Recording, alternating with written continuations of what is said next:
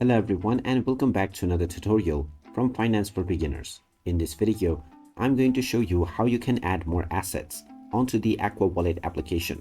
So let's get started right away. First of all, open up the Aqua Wallet app on your device, and after you have logged in through your account credentials, you will be taken to the wallet page. From here, click on Settings at the bottom right corner. And now within the settings page, if you scroll down all the way, then you will see the advanced settings option. In order to add your assets, tap on the Manage Assets option, and now you will see all of your active assets. Tap on the Add More Assets option at the bottom section, which will now show you more assets that you can add. In order to add them, just tap on the plus icon alongside, and in this way you will be able to add more assets onto your account. After this, when you go back to the Manage Assets page, the assets that you have just added will also be visible.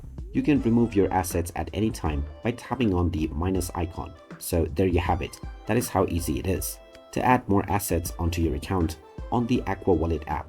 If you find this video helpful, don't forget to hit that like button and subscribe to our channel for more useful tips and tutorials. Thanks for watching, and I will see you again in the next one.